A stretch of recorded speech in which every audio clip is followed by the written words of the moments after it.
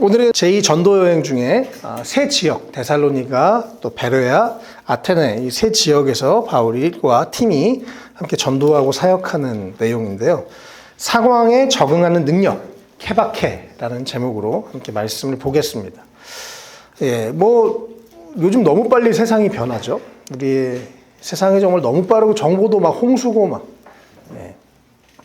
모든 것이 너무 빠르게 바뀌고 있습니다. 특별히 인터넷을 통해서 또 기술이 발전하면서 너무 빠른 변화들이 계속 일어나고 있죠. 한국은 참 얼마 전까지만 해도 아주 전체주의적이고 아주 획일적이고 또 아주 유교적이었던 문화였는데 너무 빠른 속도로 지금 아주 개인적이고 아주 자유로운 또 분위기로 변화가 되고 있는 것 같습니다. 또 유교적 전통에서 특별히 이제 정말 그런 생각들이 많이 깨어지면서 좋은 면도 있는 것 같고 또 약간 이렇게 혼란한 부분도 있는 것 같습니다. 케바케라는 단어 아시죠? 케이스 바이 케이스. 각각의 개별적인 사례나 상황을 고려해서 판단하고 결정하는 것입니다. 사실 그래서 어떤 명확한 예수 그리스도만이 우리의 유일한 구원자시다. 이것은 변하지 않는 진리죠. 그러나 참 많은 것들은 시대에 따라 상황에 따라 달라지게 되어 있습니다. 그래서 본질적인 과 비본질적인 그렇게 좀 나눠질 수 있겠죠. 오늘 이 세 지역에 바울이 어떻게 사역했는지 보면서 또 우리가 이 상황에 적응하는 능력, 케바케에 대해서 좀 살펴보겠습니다. 우리 지도를 먼저 잠깐 볼까요? 우리 지난번에 성령님의 인도함을 따라서 빌립보 지역 이쪽으로 마게도니아를 건너와서 우리를 도우라 그래서 마케도니아 지역으로 넘어갔습니다. 그리고 이제 오늘은 데살로니가, 베레아, 아덴 지금으로 얘기하면 다 그리스 땅인데요. 지금 테살로니키, 베리아, 아테네 이렇게 거기죠 그 이름이. 그래서 이 그리스의 세 도시를 다니는 그런 모습입니다. 나중에 우리도 그리스 같이 가면 좋겠어요. 이 1절에 먼저 이 여러 작은 도시들을 지나서 데살로니가에 왔습니다. 데살로니가는 마케도니아 지역의 수도였어요. 그래서 정치, 경제, 교통의 중심지였습니다. 또 다민족이 살고 아주 번창한 도시였습니다. 오늘 이 지역들이 사실은 그리스라는 나라가 바로 헬라잖아요. 헬라, 그리스. 그래서 서양의 헬라 철학 아주 중심지들이었기 때문에 여기에 신전들도 많았고 또 아주 인간의 이성이 발달한 철학이 발달한 그런 지역들을 바울이 다녔습니다. 그리고 특별히 데살로니가는 바로 이 지역의 중심지였어요. 그래서 바울은 또 늘 하던 대로 일단 유대 사람들의 회당에 가서 2절에 보면 세 안식일에 걸쳐서 세 번에 걸쳐서 성경을 가지고 그들과 토론했다고 합니다. 바울의 이 행적을 자세히 보면요. 바울은 매우 전략적으로 움직입니다. 데살로니가는 그 지역에서 가장 큰 도시였기 때문에 그래서 저 큰 도시로 가자. 그래서 저기서 복음을 전하자. 그렇게 합니다. 그리고 그 바울의 전략이 성공했어요. 그래서 데살로니가 전서 1장 7절 8절에 보면 그리하여 여러분은 마케도니아와 아가야에 있는 모든 신도들에게 모범이 되었습니다. 주님의 말씀이 여러분으로부터 마케도니아와 아가야에만 울려 퍼진 것이 아니라 하나님을 향한 여러분의 믿음에 대한 소문이 각처에 두루 퍼졌습니다. 이렇게 말씀이 기록되어 있습니다. 그래서 이 데살로니가의 교회가 세워지면 그 주변 도시들에게 이들이 복음을 전하겠다라고 해서 아주 전략적으로 그 지역에 간 거죠. 그리고 그 전략대로 그렇게 데살로니가 교회가 이제 앞장서서 주변 교회들의 복음을 전하고 하는 일이 일어났습니다. 특별히 2절에 안식일에 먼저 성경을 가지고 토론을 했고 바로 여기에 성경이 구약 성경이죠. 그 당시 아직 신약 성경이 없었으니까요. 그리고 3주 정도 체류를 하면서 또 3절에 특별히 그 구약 성경의 말씀, 구약의 여러 메시아의 예언들을 가지고 예수 그리스도가 이 메시아가 고난을 받고 부활해야 된다는 것을 해석하고 증명하면서 바로 그 메시아가 예수다라고 가장 핵심적인 복음을 전했습니다.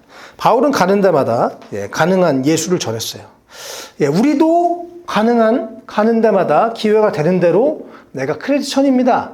예수를 믿고 있습니다. 라고 말할 수 있는 우리 모두가 되면 좋겠습니다.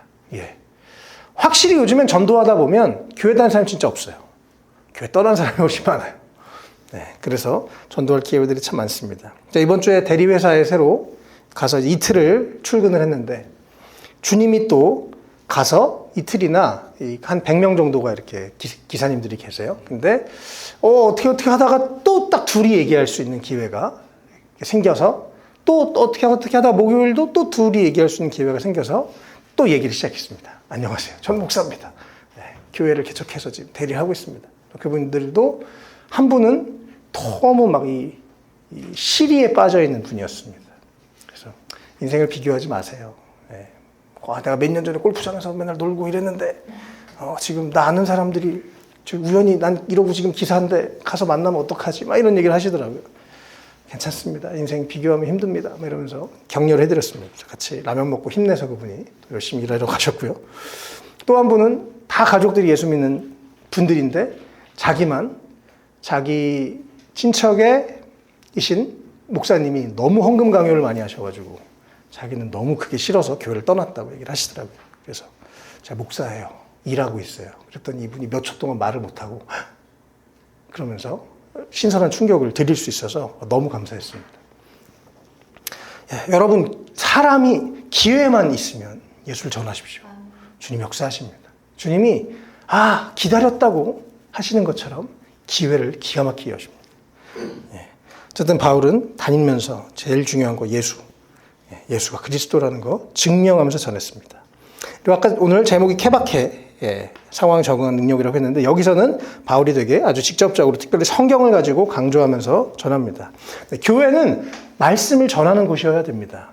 교회에서 여러 가지 활동들 많이 할 수 있지만 제일 중요한 건 예배드리고 말씀을 잘 읽고 말씀을 잘 나누는 것입니다. 우리 교회가 너무 활동이 별로 없죠. 제가 얼마 전에 어떤 큰 교회의 주보를 이렇게 봤어요. 우리 교회 무슨 모임이 있습니다. 교회에 오세요. 무슨 모임이 있습니까? 교회에 오세요. 무슨 모임이 있습니다. 교회에 오세요. 계속 교회에 오라는 게 10개 중에 7개였어요. 그래서 보면서 우리 교회는 저렇게 안 하고 싶다는 생각을 했습니다. 교회를 위해서 사람을 끌어들이는 거 저는 별로 관심 없어요. 우리가 영혼을 어떻게 구원하느냐. 그리고 우리가 어떻게 크리스천으로서 내 삶의 자리에서 잘 사느냐가 저는 더 중요하다고 생각합니다. 그게 진짜 성경적인 기독교인이라고 생각해요. 종교인이 아니라. 우리도 좀 그래서 본질에 충실하고 또 본질을 잘 가르치고 전하고 나누고 그럴 수 있으면 좋겠어요. 네. 바울이 복음을 전했습니다. 그래서 4절에 몇몇 사람들이 승복해서 바울과 실라를 따랐어요. 감사하게 그 복음의 핵심을 전했더니 예수가 바로 메시아고 그리스도다. 그러니까 또 이들이 아까 회당에서 전했다 그랬죠. 유대인들이고 이미 구약 성경을 알고 있는 사람들인데 그들이 이미 알고 있는 지식 안에서 그 믿는 사람이 바로 여러분이 기다리던 메시아가 바로 예수입니다라는 것을 전했을 때 믿는 사람들이 생겼습니다. 참 감사하죠. 또 참 재밌게도요. 이 데살로니가 교회를 어쨌든 그래서 바울이 세웠는데 아까 2절에 보면 새 안식일 한 3주 정도, 3주 이상 그런 아주 길지 않은 시간을 체류한 것으로 보입니다. 이제 여러분 요쯤 오면 사도행전을 여기쯤 읽으면 이게 진짜 사도행전 2장 이후에 초대교회의 역사이고 또 뒤에 서신서들 데살로니가 전서, 데살로니가 후서, 빌립보서, 골로새 이런 책들과 이 사도행전이 연결이 되기 시작합니다. 맞아. 그러네. 이게 되게 막연한 게 아니고 멀리 있는 게 아니고 실제적으로 그 당시에 사역했고 전도했고 핍박받아서 떠났고 다시 갈 수 없으니까 디모데나 이런 사람 시켜가지고 또 편지를 보내고 또 그러면서 거기 소식을 듣고 와서 이랬구나 또 이렇게 조언을 해주고 하나님의 말씀을 전해주고 이랬었던 거죠. 이 사도행전께서 방금요 데살로니가에서는 한 3주 정도 그 정도밖에 없었던 것으로 보이는데 요 3주 동안 짧은 시간 동안 빌립보서 4장 16절에 보면 내가 데살로니가에 있을 때에도 여러분은 내가 쓸 것을 몇 번 보내주었습니다 라고 되어 있습니다. 이해되시죠? 저번에 빌립보에서 엄청 은혜가 있었고 별로 안 멀었잖아요. 데살로니가로 바울이 떠났는데 빌립보 성도들이 바울 선생님이랑 팀들 먹고 필요한 거 좀 챙겨줘야 되겠어 챙겨서 막 보내는 일을 그렇게 했다는 것입니다. 또 데살로니가 전서 2장 9절에 보면 형제자매 여러분, 여러분은 우리의 수고와 고생을 기억하고 있을 것입니다. 우리는 여러분 가운데 아무에게도 폐를 끼치지 아니하려고 밤낮으로 일을 하면서 하나님의 복음을 여러분에게 전파하였습니다 라고 말씀하십니다. 그래서 이 데살로니가의 짧은 시간이었지만 그래서 아마 안식일에는 말씀을 전하고 주중에는 좀 일을 하지 않았을까 그렇게 보입니다. 특별히 바울이 여기서 아무에게도 폐를 끼치지 않으려고 밤낮으로 일했다. 제가 이번 주에 이 말씀이 있는데 엄청 은혜가 되는 거예요. 네. 제가 지금 일할 수 있어서 너무 감사하다. 이게 진짜 너무 먹혀요. 이 시대에 먹혀요. 그래서 참 감사하다 싶었습니다. 또 며칠 무슨 요일인지 기억이 안 나는데 어쨌든 밤에 한 분을 만났어요. 정말 욕을 아주 시원하게 하시는 분이었는데 계속 아주 매우 거친 분이었습니다. 그래서 한 30분 가니까 이제 또 되면 되고 말면 말고 그래서 또 전도를 시작해서 저 목사예요. 애가 넷이에요. 일단 애가 넷이면 사람들이 보통 다 놀라면서 막 집중을 하거든요. 애가 넷입니다. 목사입니다. 그랬더니 이분이 크리스천이었어요. 그러면서 저한테 저 그냥 솔직하게 얘기할게요. 이분이 1899년에 인천 쪽에 선교사님이 온 거예요. 자기 이제 조상들은 대대로 거기 살았던 거죠. 옛날이니까. 그래서 이제 선교사님이 와서 복음을 전했어요. 자기 지금 한 50대 되셨으니까 할머니인지 그 어르신들부터 대대로 그 교회를 섬기면서 함께 그 교회를 세워나가면서 너무 감사하게. 그리고 본인이 어렸을 때 어머니가 할머님이 그 귀한 쌀을 그 10분의 1을 목사님 먼저 드린다고 이렇게 퍼다 드리고 그때는 돈이 다 현물이었으니까 너무 귀하게 교회를 섬긴 거예요. 그런데 어떤 목사님이 오셨는데 자기 아들에게 교회를 물려준 거예요. 우리 조상들이 대대로 여기를 지금 정말 눈물을 흘리면서 섬기고 기도하고 헌금하고 했는데 목사님이 자기 교회인 것처럼 자식에게 그냥 줘버린 거예요. 그래서 그 동네 사람들이 그 교회를 안 나간대요. 그 할머님들도 그 동네 그 꼬부랑 할머님들 그 교회를 안 나가는 바로 눈앞에 집 앞에 있는데 농촌인데 너무 안타깝더라고요. 그러면서 욕을 있는 대로 하면서 근데 제가 일을 하잖아요. 이분이 엄청 은혜를 받으시는 거예요. 저를 끌어안아 주시고 용돈 2만 원을 주어주시면서 이거 애들 먹을 거 주라고 정말 다 깨져가는 쫄딱 망한 분에 다 깨져가는 유리 다 깨진 정말 엉망진창인 트럭이었거든요. 근데 2만 원을 꾸깃꾸깃 해가지고 주고 차에 커피 주고 정신 상태가 너무 좋아 그래서 격려를 해주는데 너무 기뻤어요. 하나님 오늘 제가 이분에게 조금이나마 그렇게 위로가 됐다면 그것만으로도 감사합니다. 이런 말이 이렇게 기도하게 되더라고요. 상황에 따라서 바울이 주님 내가 지금 돈이 없어요. 그래 일하자. 일하다가 혹시 누구를 또 만나게 하시겠지. 또 나중에 그렇게 내가 아무에게도 폐를 끼치지 않으려고 밤낮으로 일했습니다. 라고 하면서 데살로니가 성도들이 그의 모습을 보고 더 신뢰를 쌓고 하는 일들이 일어났습니다. 그래서 바울은 말씀을 가지고 최선을 다해서 복음을 전했고 이 데살로니가 길지 않은 시간이었지만 거기서 알바하면서 사역하면서 그렇게 했었던 것입니다. 그러니까 저도 이번에 이 말씀을 읽으면서 또 오늘 이 새 교회에서 새 지역에서 다양하게 바울이 사역하는 모습들을 보게 되는데 문제는 우리의 선입견이구나라는 생각을 다시 한번 했어요. 교회는 이런 모습이어야 돼. 근데 그거대로 안 되거든요. 케바케가 되거든요. 상황마다 다르고 문화적으로 다르고 시대마다 다른데 옛날에 그걸 갖고 와가지고 자꾸 이렇게 해야 돼. 이렇게 해야 돼. 이렇게 안 하면 교회가 아니야. 이러니까 이게 너무 힘든 거죠. 모든 사람들이. 그러다가 저도 이번 주에 이게 내 생각이 문제였구나. 그러니까 모든 게 너무너무 더 감사했어요. 어쨌든 그랬습니다. 그래서 우리 안에도 상황에 잘 적응할 수 있는 지혜가 있으면 좋겠습니다. 우리 안에 굳어져 있는 고정관념이 있다면 주님 앞에 내려놓고 지금 내가 뭘 해야 될까? 지금 주님 나에게 원하시는 게 뭘까라고 늘 모든 것을 아시는 주님께 우리가 묻고 지혜를 구하면 좋겠습니다. 그래서 바울은 효과적으로 거기서 이렇게 일하면서 짧은 시간 복음을 전했어요. 그리고 또 유대인들의 공격이 또 5절에 시작됐습니다. 그리고 감사하게 야손의 집을 습격했는데 자세하게 나오지 않지만 이 야손이라는 사람을 하나님이 데살로니가에서는 준비하셔서 이 야손의 집에서 교회가 시작된 것으로 보입니다. 저번에는 루디아라는 여인 또 간수의 집 준비하셨죠. 주님이 그렇게 야손의 집에서. 그래서 교회를 하나 세우는 것도 어려운 게 아닌 거예요. 임대료가 들고 건물을 세우고 간판을 세우고 아니요. 그냥 집에서 모이면 그게 교회인 거예요. 예수의 이름으로 모이는 공동체, 사람이 교회인 거죠. 너무 감사하게 요즘에 점점 이 한국의 교회 안에서 이 생각들이 바뀌어가고 있습니다. 교회가 공동체고 교회가 사람이다. 교회가 건물이 아니다. 이 생각들이 그 진리가 계속 조금씩 사람들에게 설득되어져 가고 있어서 너무 감사합니다. 건물이 삐까번쩍해야지 막. 그래야 이게 멋진 교회고 좋은 교회가 아니라 그 사람들이 그 안에 모임이 사랑이 있고 생명력이 있는 데가 더 중요한 것이죠.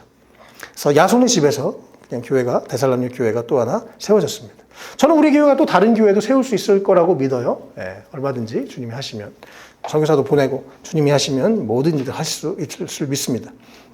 어쨌든 그래서 야손의 집에 머물렀고 그 다음에 이렇게 뭐 핍박이 생겨서 또 재밌게 6절에 세상을 소란하게 하는 그 사람들, 크리스천들은요 세상을 소란하게 하는 사람들입니다.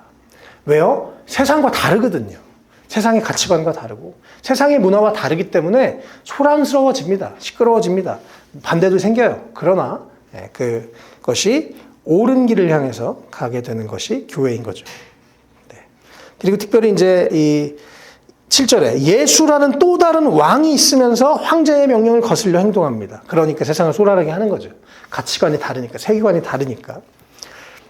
여러분 너무 세상과 똑같이 사는 거 아니시죠? 네, 우리가 다른 가치관을 가지고 우리는 영원한 왕, 변하지 않는 왕, 예수님을 섬기는 사람들입니다.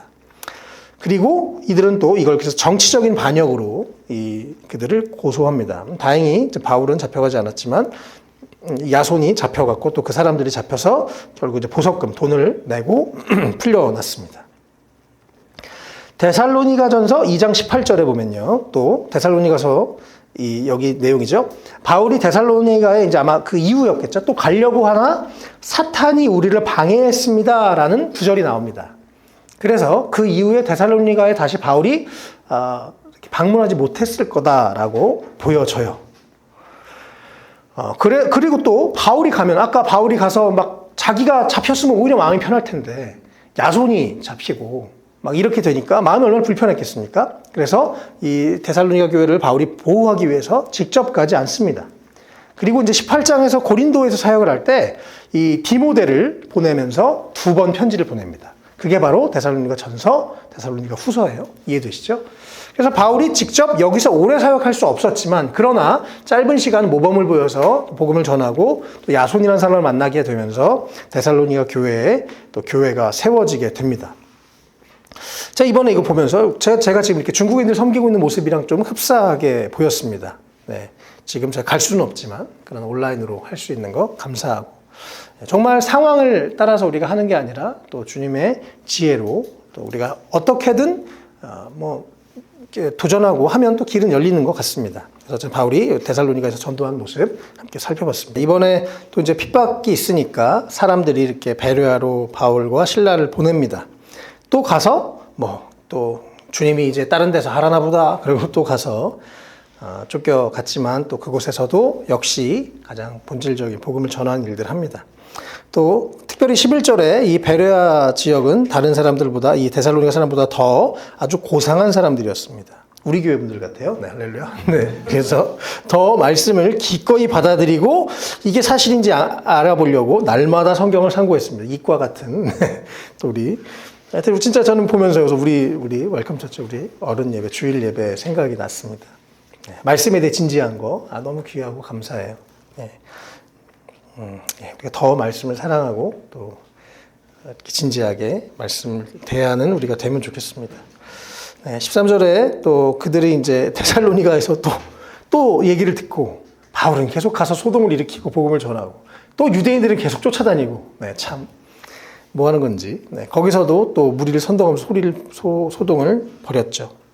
또 12절에 감사하게 그러나 중간에 보면 지체가 높은 그리스 여자들과 남자들 가운데서 믿는 사람이 적지 않게 좀 그래도 상류사회에 영향이 있었던 사람들이 복음을 믿게 됐고 또 나중에 로마서 같은 데서도 이제 사회 꼭 하층만이 아니라 그 당시에 계급사회 좀 높은 사람들도 예수를 믿는 일들이 곳곳에서 일어나게 됩니다. 예, 또 나중에 소바더라는 사람이 20장 4절에 등장하는데 그 사람도 바울이 여기서 데살로니가를 한번 지나면서 복음을 전했던 것으로 예수를 믿게 된 것으로 보여집니다. 예, 또 어쨌든 이제 여기서는 베레아는 길게 나와 있지 않지만 말씀을 그들이 깊이 상고했고 그래도 많은 사람들이 말씀을 그들이 들었고 그것이 계속 맞나 아닌가 확인을 하면서 말씀 전했죠. 그리고 이제 14절에 실라와 디모데를 거기다가 남겨두고 바울은 이제 아테네로 갑니다. 그리고 나중에 또 다른 말씀에서 보면 아테네에서 다시 바울이 실라와 디모데를 거기서 만나게 됩니다. 그래서 계속 바울은 혼자 사역하는 게 아니라 팀으로 함께 사역을 합니다. 그래서 본인이 할 수 있는 것을 하고 또 함께 동역하는 또 후배들에게 맡기고 또 역할을 주면서 그들도 성장하게 하고 교회들도 흔들리지 않도록 돕고, 그래서 서로 그래서 자세하게 연구해보면 막 디모데는 여기 갔다가 편지 가지고 또 저기 갔다가 계속 왔다리 갔다리 합니다. 네. 그리고 또 각자 함께 팀이 되어서 여러 교회들을 섬기고 세우는 일들을 하게 됩니다. 그래서 사도 바울이 위대하다 뭐 이런 얘기들 우리가 단순하게 하지만 성경을 자세히 읽어보면 사도 바울이 혼자 도전할 수 있는 일이 아니에요. 함께 각자의 역할을 가지고 주님의 교회를 세워가는 일들을 섬긴 것이죠. 우리 교회도 마찬가지인 것 같습니다. 교회를 이렇게 정말 섬겨보니까 혼자 할 수 있는 게 아닌 것 같아요. 각자 또 다양한 역할들 감당할 수 있어서 감사하고, 또 이제 새로운 곳에서 또 잠시 우리가 또 이제 역할도 다시 한번 분배하고 해야 되겠지만 또 함께 힘을 합쳐서 함께 예배하고 하며 공동체를 이루어가고 함께 또 다른 사람들을 섬기는 기쁨이 우리 가운데도 있었으면 좋겠습니다. 네, 우리가 더 말씀을 사랑하고 상고하는 또 그것은 우리가 앞으로도 우리 교회가 타협하지 않았으면 좋겠어요. 네, 그래서 성경을 이렇게 계속 읽어가면 읽어갈수록 깊이 보면 볼수록 참 다르지 않나요? 우리가 알고 있는 기독교랑 성경이랑. 그래서 우리가 말씀에 근거해서 말씀을 따라 그런 말씀을 사랑하는 교회를 우리가 계속 세워나갈 수 있으면 좋겠습니다. 바울이 이번에 아테네 갔습니다. 헬라 문화의 중심지, 아주 종교적이고 또 철학적인 아테네에 갔습니다. 네. 그리고 아까 말씀드렸던 실라와 디모데를 거기서 기다리면서 있다가 여러 지역을 다녀보니까 구상이 많아서 16절에 격분했다고 하죠. 그리고 사람들과 기회가 되는 대로 토론을 했고 대화를 나눴습니다. 보통 이 학자들이 이걸 두 가지로 보거든요. 어떤 분들은 바울이 아테네에서 사역을 실패했다고 보는 사람들도 있습니다.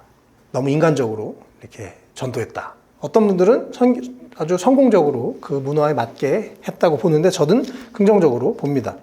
바울이 아테네이니까 유대인들이 아니고 그들에 맞게 그들의 언어로 그들의 철학을 가지고 그렇게 말하는 것을 자세하게 보게 됩니다. 사실 최고의 선교사는 바로 예수님이십니다. 그 영광을 버리고 이 땅에 인간의 몸을 입고 우리와 같아져서 오셨습니다. 그래서 인간의 언어로 인간의 눈높이에 맞춰서 우리에게 사랑을 전하고 복음을 전하셨죠. 그리고 또 인류 역사상 가장 위대한 선교사라고 하는 바울도 이렇게 지혜롭게 또 그들의 문화에 맞춰서 정말 누구보다도 케바케를 잘 했습니다. 복음은 너무 중요하죠. 그러나 어떻게 문화로 잘 접근하는가 너무 중요합니다. 그래서 정말 아테네에 맞게 잘 복음을 전했어요. 18절에요. 특별히 이제 여기에 에피쿠로스 철학자들, 스토아 철학들, 옛날에 도덕 시간에 언젠가 들어봤던 분들이죠. 에피쿠로스 학파는 마음의 평화를 추구했었던 분들입니다. 또 스토아 학파는 이성을 중요하게 생각했고 또 금욕주의였습니다. 그래서 이 이성과 막 육은 나쁜 거고 또 범신론이고 다양한 다른 가치관들이 있는 사람들과 토론을 하고 논쟁을 했습니다. 또 바울은 그가 무슨 얘기를 하고 어떻게 접근하든지 계속 18절에 보면 예수를 전했고 부활을 전했습니다.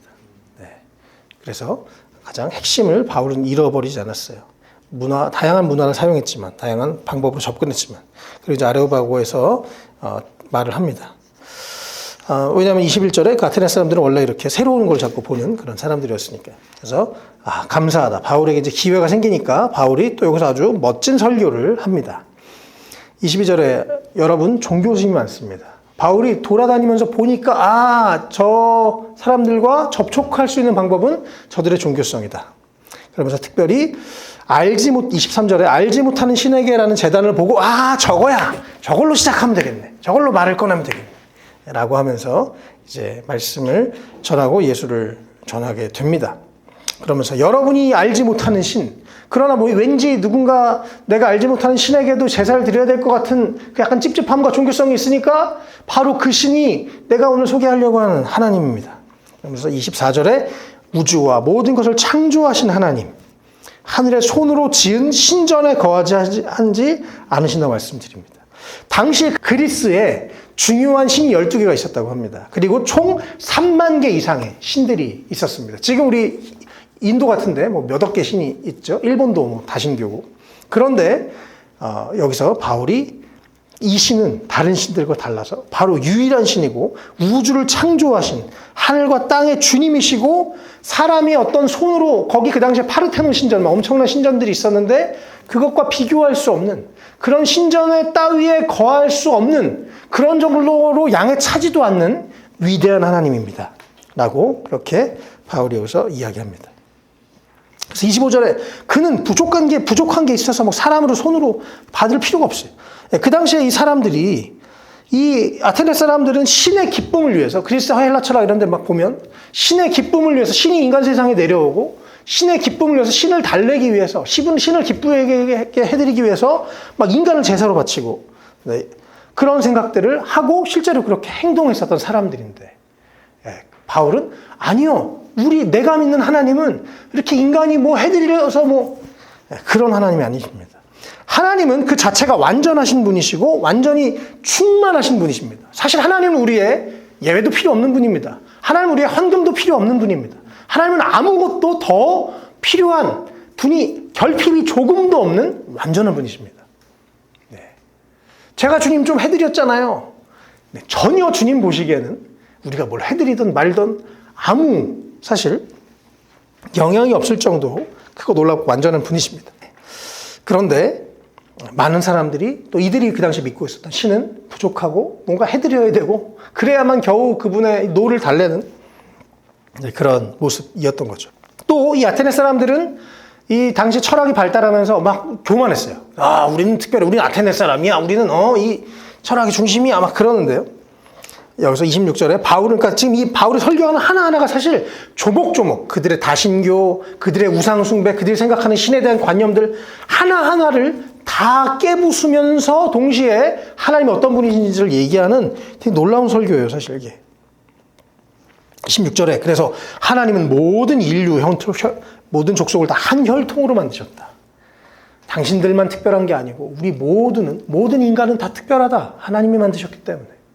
너네만 특별한 게 아니야. 라고 하면서 전혀 다른 이야기를 합니다. 또 하나님은 그 당시에 신은 별로 인간에게 관심은 없고 그냥 인간의 어떤 희생만 요구했었던 신들로 그들을 생각했는데 여기서 사실 하나님은 그런 하나님이 아니라 26절에 우리 인생에 개입하시는 하나님. 그래서 26절에 우리를 온 땅 위에 살게 하셨고 그들이 살 시기와 거주할 지역의 경계를 정해놓으신 우리 인생에 아주 세밀하게 개입하시고 간섭하시는 하나님이라는 것을 바울은 여기서 강조하고 있습니다. 하나님은 우리 삶의 시기를, 우리의 나이를 하나님이 정하셨습니다. 우리의 거주할 지역, 대한민국을 하나님이 정하셨어요. 네, 그래서 우리가 지금 이 자리에 함께 있습니다. 우리가 서로 100년 전에만 태어났어도 만날 수 없는 사이였는데 같은 시기에 같은 나라에 또 주님 안에서 이렇게 가족으로 산다는 건 너무 정말 놀라운 계획이죠. 네. 그리고 이렇게 어쨌든 인간을 만들고 인간의 인생에 여러 가지 간섭을 하시는 이유는 27절에 사람으로 하여금 하나님을 찾게 하시려는 하나님. 사람이 하나님을 더듬어 찾기만 하면 만날 수 있는 하나님. 하나님은 우리 삶에 결코 멀리 떨어져 계신 저 우주에 있고 저 하늘에 있어서 닿을 수 없는 하나님이 아니고 늘 친밀하게 우리 삶에 늘 대기하고 있다가 하나님 그러면 나 여기 있어 라고 하시는 그런 가까운 분이다라고 얘기하는 것입니다. 예. 제가 전도하면서요 실제로 많은 분들이 하나님과 안 멀어요. 어떤 경우에는 막 이런 종교적인 어떤 불만도 있고, 막 기독교인데 원망도 있고 한데, 그 마음이 하나님 성경의 말씀과 별로 다르지 않은 부분들도 꽤 많습니다. 그래서 제가, 그냥 혼자 계실 때, 차에 있을 때, 혼자 어디 있을 때, 하나님 찾아보세요. 하나님 진짜 기도 들으십니다. 계십니다. 하나님 멀리 계신 분 아니에요. 이런 얘기를 참 많이 하게 되거든요. 예. 우리가 하나님을 너무 어렵게 만들어가지고, 아무나 알 수 없어, 그분은. 아무나 그분 안 만나주셔. 아니요. 누구나 환영해 주시는 좋은 분이십니다. 하나님이 좋은 분이라는 것, 너무너무 완전하시고 너무너무 위대하시고 너무너무 선하고 좋은 분이라는 걸 우리가 꼭 기억하면 좋겠어요. 그리고 바울은 그 하나님에 대해서 이야기합니다. 이들이 막 여러 가지 고행을 하고 막 제사를 바치고 별짓을 다 해서 그 신을 힘들게 찾는 게 아니라 그분은 늘 우리와 함께 하시는 너무나 좋으신 하나님이다 라고 이야기를 합니다. 그래서 하나님이 한 분이시라는 거, 하나님이 창조주시라는 거, 하나님이 모든 인류를 함께 한 혈통으로 만드셨다는 거, 또 이 에피큐로스가 학파 같은 경우는 신은 인간의 일에 관여하지 않는다 이렇게 생각하고 있었는데 그걸 계속 깨면서 아니 하나님은 우리 삶에 간섭하시는 분이. 또 막 인간이 손으로 막 제사를 지어서 내가 그 신상을 만들어서 형상을 만들어서 내가 신을 만질 수 있어라고 그들은 생각하는데 아니 하나님은 형상을 만드는 거 거기에 거하지 않는 분이야라고 하면서 계속해서 이렇게 그 당시의 철학들을 하나하나 사실 격파하면서 좋으신 하나님을 전하고 있습니다. 또 28절에요. 여러분의 시인 가운데 어떤 이들도 우리도 하나님의 자녀다라고 말한 바와 같이 그 당시에 아주 유명한 시 구절을 가지고 와서 우리는 하나님 안에 살고 움직이고 존재하고 있습니다. 이 세상의 모든 문학과 예술과 가요와 영화를 통해서도 사실은 우리가 그것을 인용해서 하나님에 대해서 접근할 수가 있는 거죠. 그래서 바울은 아주 지혜롭게 하나님에 대해서 얘기했습니다. 그리고 특별히 그래서 이제 29절에도 그 하나님의 자녀인 우리는 신을 그런 우상으로 만들지 말고 이제 하나님은 우리가 돌아오라 회개하라 이렇게 하셨다. 그래서 삶의 변화를 여러분이 그 생각을 내려놓고 하나님을 믿으라라고 이렇게 말씀을 하고 있습니다. 또 특별히 31절에 역시 바울이 얘기하는 핵심은 예수님이었습니다. 그래서 31절에 하나님이 이제 심판하시는데 하나님께서는 자기가 정하신 사람, 하나님에는 정하신 사람, 예수님이 하나님이면서 사람이시니까요. 그래서 예수님에 대해서 그분 때문에 심판이 있고 그분 안에서 구원이 있다. 또 그분 안에 그분이 부활하셨다라고 하는 그런 말씀들을 여기서 이렇게 나누고 있습니다. 그 당시의 문화를 정말 잘 이해하고 그들에게 필요한 이야기, 또 그들이 오해하고 있는 것을 변화시켜서 진리로 하나하나 이렇게 이야기합니다. 그래서 32절에 어떤 사람들은 부활 때문에 허무맹랑하다고 생각했지만 어떤 사람들은 말씀을 다시 듣고 싶어 했습니다. 34절에 아레오바고 법정의 판사인 디오누시오. 이 사람은 전승에 의하면 그 이후에 아테네 최초의 감독이 교회 지도자가 됐다고 합니다. 그래서 아테네에서도 그렇게 아주 많은 사람들이 믿진 않았지만 그래도 그곳에서 또 예수를 믿는 사람들이 이 바울의 설교를 통해서 나왔습니다. 그래서 바울의 이 모습들 우리가 오늘 보면서 정말 우리가 세상에 대해서도 너무 담쌓고 사지 않았으면 좋겠습니다. 세상에 대해서 우리가 잘 알고 또 세상 사람들과 소통할 수 있는 적어도 어떤 상식들 같이 얘기할 수 있는 그런 것들이 있어야죠. 그래서 또 우리 안에 너무 막 한 가지 생각에 갇혀서 사는 게 아니라 늘 열려있는 마음으로 또 사람들과 소통하고 또 지혜롭게 문화적으로 이렇게 갈 수 있으면 좋겠습니다. 이번 주에 우리 정재 형제랑 또 우리 여자친구 서윤자매랑 민혁 형제랑 같이 이제 성경 공부를 주중에 했어요. 근데 제가 얼마 전부터 이제 요즘에 저기 이제 작업실 가서 용산 해방촌이라고 저쪽 용산에서 이렇게 가서 만나는데 바깥에가 되게 좋거든요. 되게 힙하거든요. 해방촌이 막 꼬불꼬불 이렇게 마을버스 이렇게 언덕을 올라가는데 진짜 외국 같아요. 서양 사람들도 너무 많고 막 길거리에 카페 이렇게 술집 엄청 많은데 되게 하여튼 느낌이 아주 좋아요. 그래서 얼마 전부터 좀 밖에서 같이 이들이랑 하면 좋겠다. 그러다가 이번 주에 이제 그렇게 됐어요. 그래서 이제 같이 모로코 샌드위치를 먹고 그리고 이제 옆에 길거리 날씨도 딱 좋고 그러니까 이제 길거리에 벤치에 앉아가지고 길거리 이제 카페에 길거리 노상 그 의자에 앉아가지고 넷이 막 성경 공부하고 얘기하고 눈 뜨고 기도하고 너무 좋은 거예요. 너무 행복하고 또 한 명 한 명 이렇게 자신의 삶에 대한 되게 진실한 고백들을 나누면서 너무너무 은혜가 정말 넘쳤습니다. 너무 행복하다. 또 물론 안에서 하는 것도 좋지만 밖에서 이렇게 탁 트인 데서 바깥에 막 오토바이가 지나가고 사람들은 막 왁자지껄 지나가는데 우리는 여기서 정말 예수로 충만한 시간을 보냈는데 참 감사하다. 또 앞으로 우리 교회가 좀 어떻게 더 이렇게 나가서 할 수 있을까 이런 생각들도 좀 해보게 됐습니다. 그래서 저는 요즘에 우리 계속 수요일날 만나는 우리 청년들 모임이 요 아테네 같은 느낌을 갖게 됐어요. 예. 우리 각자에게 하나님 허락하신 여러 가지 상황들 오늘 상황에 적응하는 능력 케바케라고 제목을 정했는데 우리도 이 시대에 맞게 또 우리 각자에게 또 허락된 상황에 맞게 또 우리 교회나 우리 개인이 그렇게 하나님 주신 지혜로 본질은 잃어버리지 않고 그러나 정말 지혜롭게 또 예수님의 마음으로 바울처럼 지혜롭게 또 사람들에게 접근하고 예수님을 전하고 그래서 생명의 열매를 맺는 우리의 삶이 되면 좋겠습니다.